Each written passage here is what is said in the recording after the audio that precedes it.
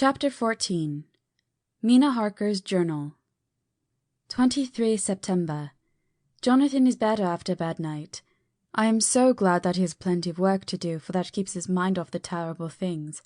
And oh, I am rejoiced that he is not now weighed down with the responsibility of his new position. I knew he would be true to himself, and now how proud I am to see my Jonathan rising to the height of his advancement, and keeping pace in all ways with the duties that come upon him. He will be away all day till late, for he said he could not lunch at home. My household work is done, so I shall take his foreign journal, and lock myself up in my room and read it. 24 September. I hadn't the heart to write last night.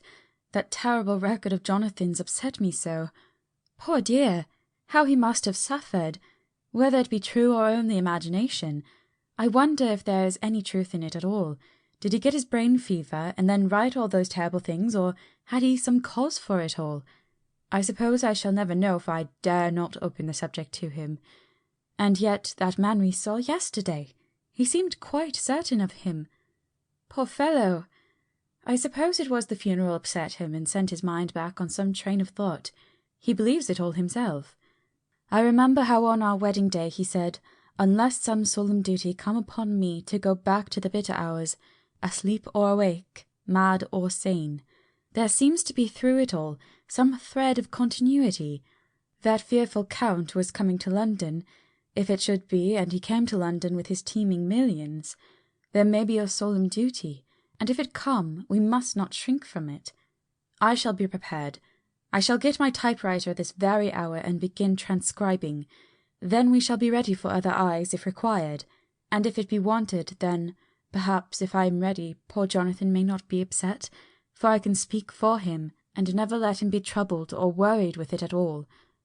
If ever Jonathan quite gets over the nervousness, he may want to tell me of it all, and I can ask him questions and find out things, and see how I may comfort him.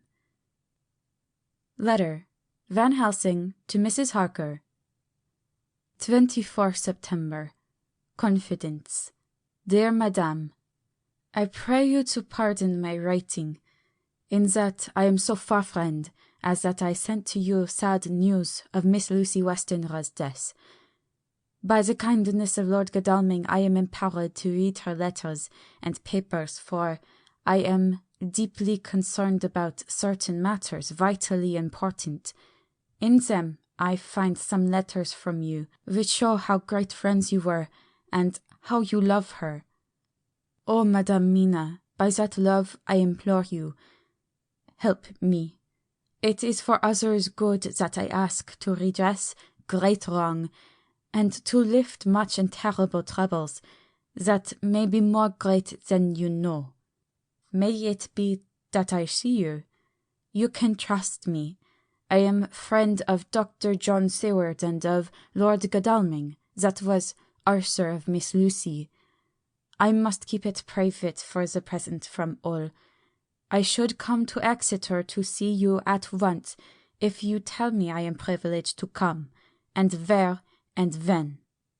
I implore your pardon, madame. I have read your letters to poor Lucy, and know how good you are, and how your husband suffer.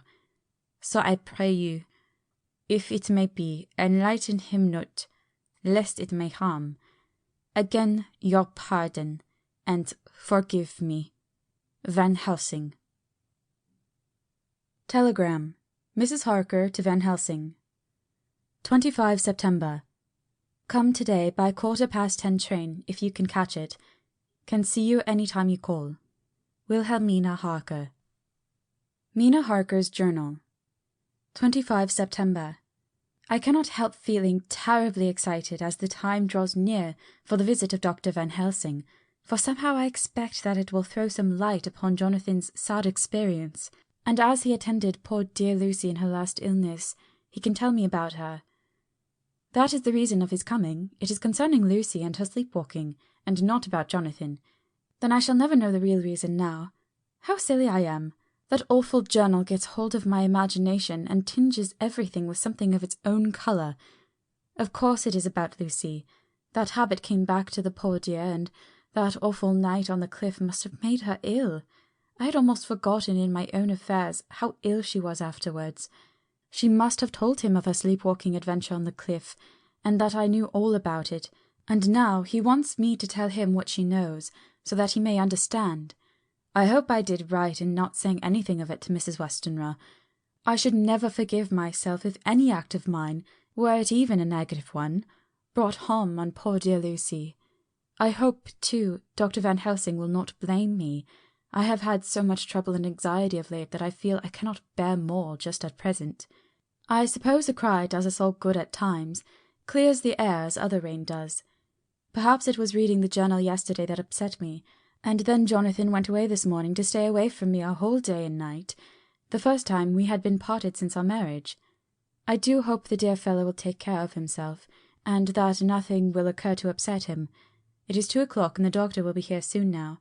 I shall say nothing of Jonathan's journal unless he asks me. I am so glad I have typewritten out my own journal, so that, in case he asks about Lucy, I can hand it to him. It will save much questioning. Later. He has come and gone. Oh, what a strange meeting, and how it all makes my head whirl round. I feel like one in a dream. Can it be all possible, or even a part of it? If I had not read Jonathan's journal first, I should never have accepted even a possibility. Poor dear Jonathan! How he must have suffered! Please the good God all this may not upset him again. I shall try to save him from it, but it may be even a consolation and a help to him, terrible though it be and awful in its consequences, to know for certain that his eyes and ears and brain did not deceive him, and that it is all true. It may be that it is the doubt which haunts him, that when the doubt is removed, no matter which, waking or dreaming, may prove the truth, he will be more satisfied and better able to bear the shock. Dr. Van Helsing must be a good man as well as a clever one if he is Arthur's friend, and Dr. Seward's, and if they brought him all the way from Holland to look after Lucy.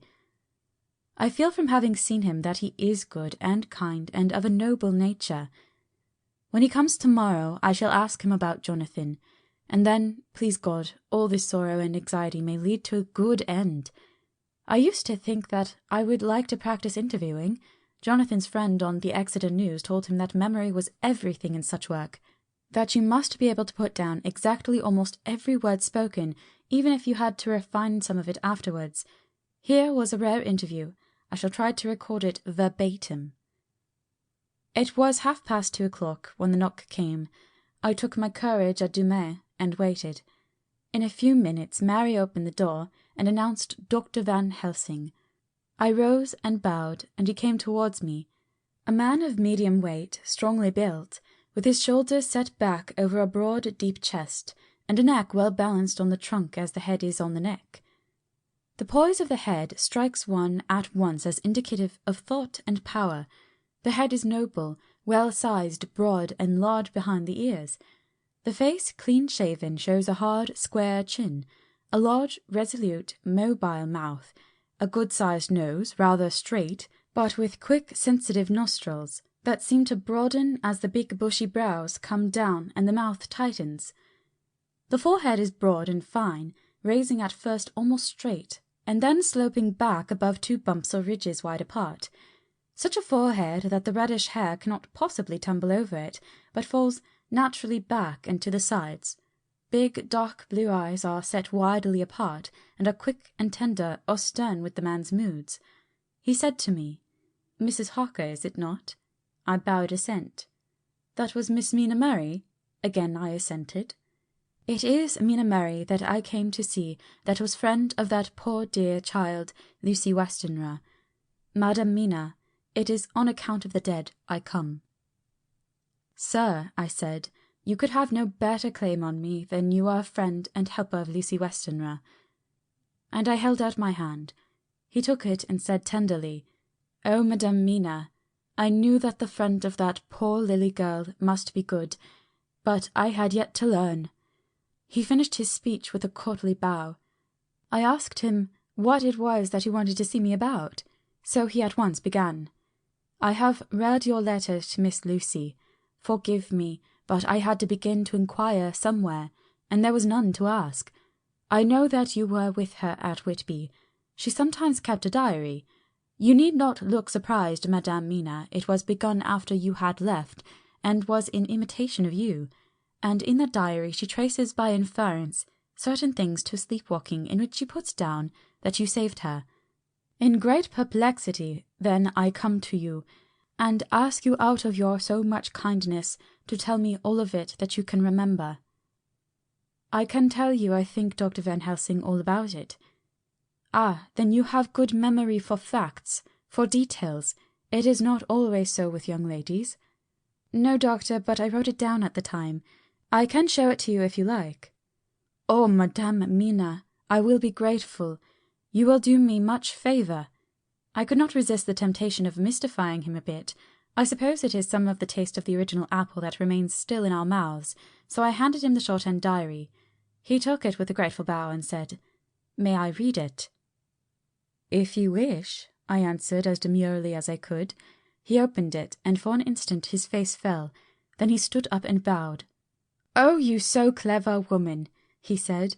"I knew long that Mr. Jonathan was a man of much thankfulness, but see his wife have all the good things. And will you not so much honour me, and so help me, as to read it for me? Alas, I know not the shorthand." By this time my little joke was over, and I was almost ashamed, so I took the typewritten copy from my work-basket and handed it to him. "Forgive me," I said. "I could not help it, but I had been thinking that it was of dear Lucy that you wished to ask, and so that you might not have time to wait, not on my account, but because I know your time must be precious, I have written it out on the typewriter for you." He took it and his eyes glistened. "You are so good," he said, "and may I read it now? I may want to ask you some things when I have read." "By all means," I said. "Read it over whilst I order lunch, and then you can ask me questions whilst we eat." He bowed and settled himself in a chair with his back to the light, and became absorbed in the papers, whilst I went to see after lunch, chiefly in order that he might not be disturbed. When I came back, I found him walking hurriedly up and down the room, his face all ablaze with excitement. He rushed up to me and took me by both hands. "Oh, Madame Mina," he said, "how can I say what I owe to you? This paper is as sunshine. It opens the gate to me. I am dazed, I am dazzled, with so much light, and yet clouds roll in behind the light every time. But that you cannot comprehend.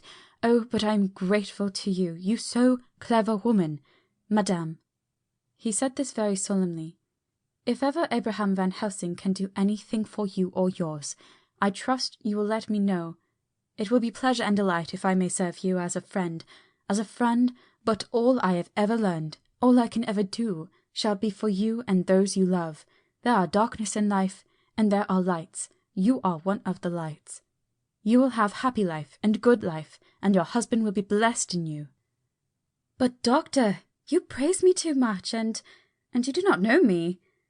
"Not know you?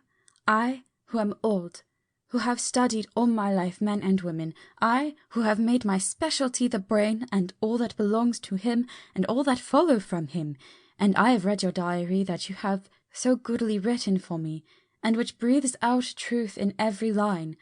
I, who have read your so sweet letter to poor Lucy of your marriage and your trust, not know you? Oh, Madame Mina, good women tell all their lives, and by day and by hour and by minute, such things that angels can read, and we men who wish to know have in us something of angels' eyes. Your husband is noble nature, and you are noble too, for you trust, and trust cannot be where there is mean nature. And your husband, tell me of him. Is he quite well? Is all that fever gone, and is he strong and hearty?" I saw here an opening to ask him about Jonathan, so I said, "He was almost recovered, but he has been greatly upset by Mr. Hawkins's death." He interrupted, "Oh, yes, I know. I have read your last 2 letters." I went on, "I suppose this upset him, for when we were in town on Thursday last he had a sort of shock." "A shock? And after brain fever so soon? That was not good. What kind of shock was it?" "He thought he saw someone who recalled something terrible, something which led to his brain fever. And here the whole thing seemed to overwhelm me in a rush, the pity for Jonathan, the horror which he had experienced, the whole fearful mystery of his diary, and the fear that has been brooding over me ever since, all came in a tumult. I suppose I was hysterical, for I threw myself on my knees and held up my hands to him, and implored him to make my husband well again. He took my hands and raised me up, and made me sit on the sofa, and sat by me. He held my hand in his, and said to me with oh such infinite sweetness, "My life is a barren and lonely one, and so full of work that I have not had much time for friendships. But since I have been summoned to here by my friend John Seward, I have known so many good people and seen such nobility that I feel more than ever, and it has grown with my advancing years, the loneliness of my life. Believe me, then, that I come here full of respect for you, and you have given me hope. Hope not in what I am seeking of, but that there are good women still left to make life happy, good women, whose lives and whose truths may make good lesson for the children that are to be. I am glad that I may be here to be of some use to you, for if your husband suffer, he suffer within the range of my study and experience. I promise you that I will gladly do all for him that I can, as to make his life strong and manly, and your life a happy one. Now you must eat. You are overwrought and perhaps over-anxious. Husband Jonathan would not like to see you so pale, and what he like not where he love is not to his good. Therefore, for his sake you must eat and smile. You have told me all about Lucy, and so now we shall not speak of it, lest it distress. I shall stay in Exeter tonight, for I want to think much over what you have told me, and when I have thought I will ask you questions, if I may. And then, too, you will tell me of husband Jonathan's trouble so far as you can, but not yet.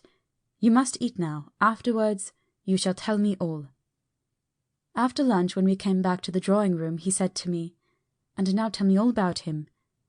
When it came to speaking to this great learned man, I began to fear that he would think me a weak fool, and Jonathan a madman. That journal is all so strange, and I hesitated to go on. But he was so sweet and kind, and he had promised to help, and I trusted him, so I said, "Dr. Van Helsing, what I have to tell you is so queer that you must not laugh at me or my husband. I have been since yesterday in a sort of fever of doubt. You must be kind to me, and not think me foolish that I have even half believed some very strange things." He reassured me by his manner as well as his words when he said, "Oh, my dear, if you only knew how strange is the matter regarding which I am here. It is you who would laugh. I have learned not to think little of any one's belief, no matter how strange it be. I have tried to keep an open mind, and it is not the ordinary things of life that could close it, but the strange things, the extraordinary things, the things that make one doubt if they be mad or sane." Thank you 1,000 times. You have taken a weight off my mind. If you will let me, I shall give you a paper to read. It is long, but I have typewritten it out. It will tell you my trouble and Jonathan's. It is the copy of his journal when abroad, and all that happened. I dare not say anything of it. You will read it for yourself and judge, and then when I see you, perhaps you will be very kind and tell me what you think." "I promise," he said, as I gave him the papers. "I shall in the morning, as soon as I can, come and see you and your husband, if I may. Jonathan will be here 11:30, and you must come to lunch with us and see him then. You could catch the quick 3:34 train, which will leave you at Paddington before 8. He was surprised at my knowledge of the trains offhand, but he does not know that I have made up all the trains to and from in Exeter, so that I may help Jonathan in case he is in a hurry.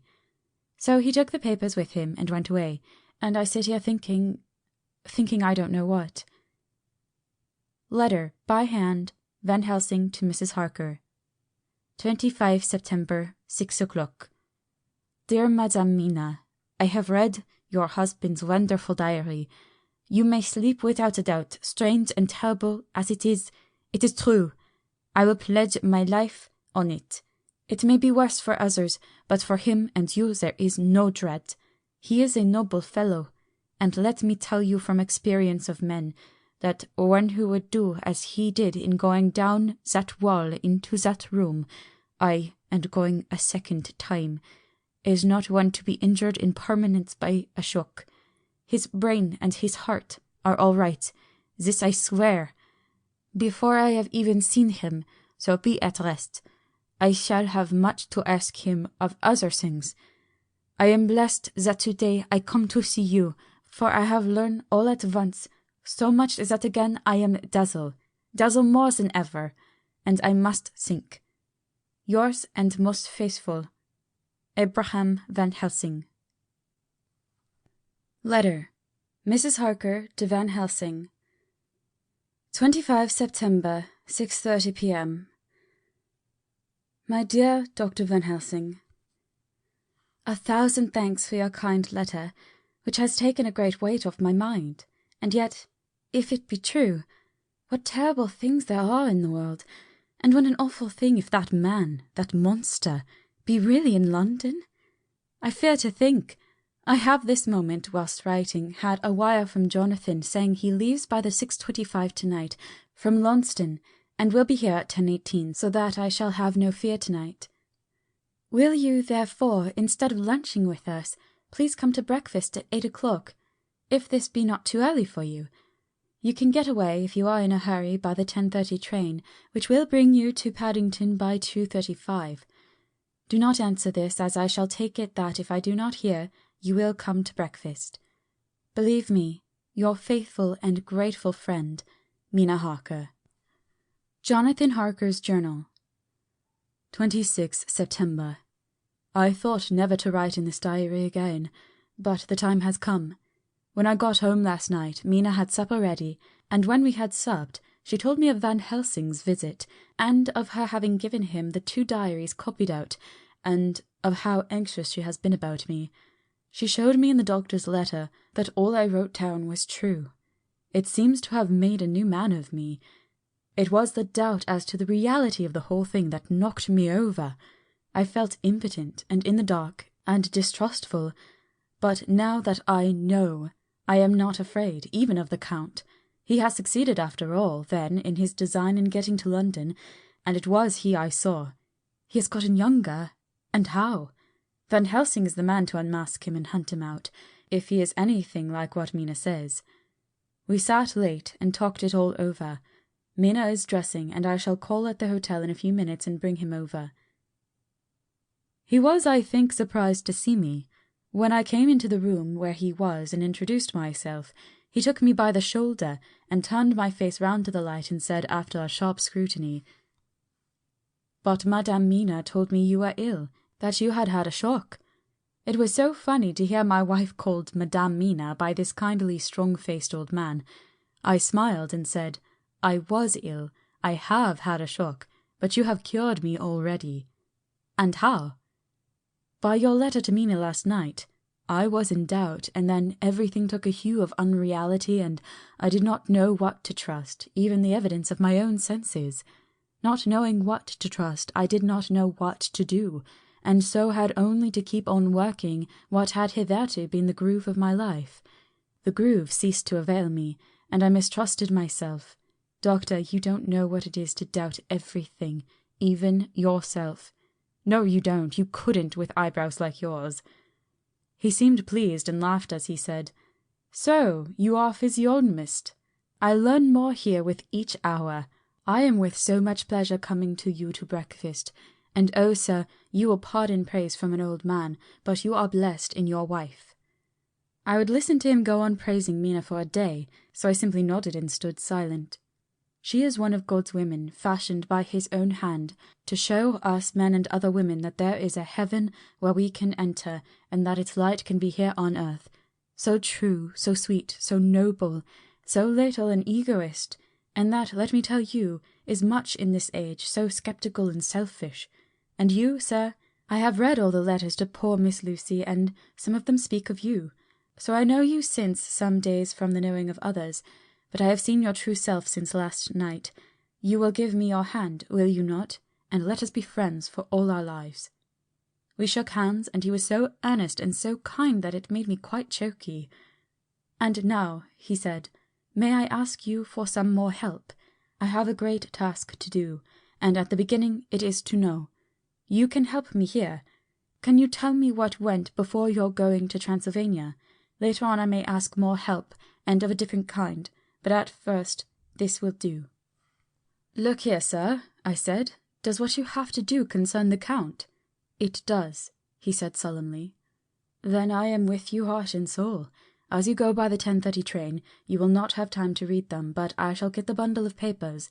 You can take them with you and read them on the train."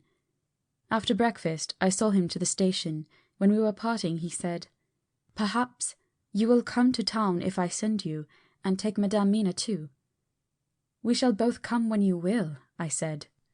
I had got him the morning papers and the London papers of the previous night, and while we were talking at the carriage window, waiting for the train to start, he was turning them over. His eyes suddenly seemed to catch something in one of them. The Westminster Gazette. I knew it by the colour, and he grew quite white. He read something intently, groaning to himself. Mein Gott, so soon! So soon! I do not think he remembered me at the moment. Just then the whistle blew, and the train moved off. This recalled him to himself, and he leaned out the window and waved his hand, calling out, "Love to Madame Mina. I shall write so soon as ever I can." Dr. Seward's Diary, 26 September. Truly there is no such thing as finality. Not a week since I said fini, and yet here I am, starting fresh again, or rather, going on with the same record. Until this afternoon I had no cause to think of what is done. Renfield had become to all intents as sane as he ever was. He was already well ahead with his fly business, and he had just started in the spider line also, so he had not been of any trouble to me. I had a letter from Arthur written on Sunday, and from it I gather that he is bearing up wonderfully well. Quincey Morris is with him, and that is much of a help, for he himself is a bubbling well of good spirits. Quincey wrote me a line too, and from him I hear that Arthur is beginning to recover something of his old buoyancy, so as to them all my mind is at rest. As for myself, I was settling down to my work with the enthusiasm which I used to have for it, so that I might fairly have said that the wound which poor Lucy left on me was becoming cicatrized. Everything is, however, now reopened, and what is to be the end God only knows. I have an idea that Van Helsing thinks he knows too, but he will only let out enough at a time to whet curiosity. He went to Exeter yesterday, and stayed there all night. Today he came back, and almost bounded into the room at about 5:30 o'clock, and thrust last night's Westminster Gazette into my hand. "What do you think of that?" he asked as he stood back and folded his arms. I looked over the paper, for I really did not know what he meant, but he took it from me and pointed out a paragraph about children being decoyed away at Hampstead. It did not convey much to me until I reached a passage where it described small punctured wounds in their throats. An idea struck me, and I looked up. "Well," he said, "it is like poor Lucy's." "And what do you make of it?" "Simply that there is some cause in common. Whatever it was that injured her has injured them." I did not quite understand his answer. "That is true indirectly, but not directly."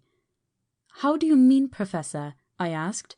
I was a little inclined to take his seriousness lightly, for after all 4 days of rest and freedom from burning, harrowing anxiety does help to restore one's spirits. But when I saw his face it sobered me. Never, even in the midst of our despair about poor Lucy, had he looked more stern. "Tell me," I said. "I can hazard no opinion. I do not know what to think, and I have no data on which to found a conjecture." "Do you mean to tell me, friend John, that you have no suspicion as to what poor Lucy died of, not after all the hints given, not only by events, but by me? Of nervous prostration following on great loss or waste of blood? And how the blood lost or waste?" I shook my head. He stepped over and sat down beside me and went on. "You are a clever man, friend John. You reason well, and your wit is bold, but you are too prejudiced. You do not let your eyes see, nor your ears hear, and that which is outside your daily life is not of account to you. Do you not think that there are things which you cannot understand, and yet which are, that some people see things that others cannot? But there are things, old and new, which must not be contemplated by men's eyes, because they know, or think they know, some things which other men have told them. Ah, it is the fault of our science that wants to explain all, and if it explain not, then it says there is nothing to explain. But yet we see around us every day the growth of new beliefs, which think themselves new, and which are yet but the old, which pretend to be young, like the fine ladies at the opera. I suppose now you do not believe in corporeal transference, no? Nor in materialization, no? nor in astral bodies, no, nor in the reading of thought, no, nor in hypnotism. Yes, I said, Charcot has proved that very well. He smiled as he went on. Then you are satisfied as to it, yes? And of course, when you understand how to act, and can follow the mind of the great Charcot. Yes, I said, Charcot has proved that pretty well. He smiled as he went on. Then you are satisfied as to it, yes? And of course then you understand how it act, and can follow the mind of the great Charcot. Alas that he is no more, into the very soul of the patient that he influence, no? Then, friend John, am I to take it that you simply accept fact, and are satisfied to let from premise to conclusion be a blank? No? Then tell me, for I am student of the brain, how you accept the hypnotism and reject the thought of reading. Let me tell you, my friend, that there are things done day to day in electrical science which would have been deemed unholy by the very men who discovered electricity, who would themselves not so long before have been burned as wizards. There are always mysteries in life. Why is it that Methuselah lived 900 years and old Pa 169, and yet that poor Lucy, with 4 men's blood in her poor veins, could not live even 1 day? For had she lived 1 more day, we could have saved her. Do you know all the mystery of life and death? Do you know the altogether of comparative anatomy, and can say wherefore the qualities of brutes are in some men, and not in others? Can you tell me why, when other spiders die small and soon, that one great spider lived for centuries in the tower of the old Spanish church, and grew, till on descending he could drink the oil of all the church lamps? Can you tell me why in the pampas, ay, and elsewhere, there are bats that come at night and open the veins of cattle and horses, and suck dry their veins?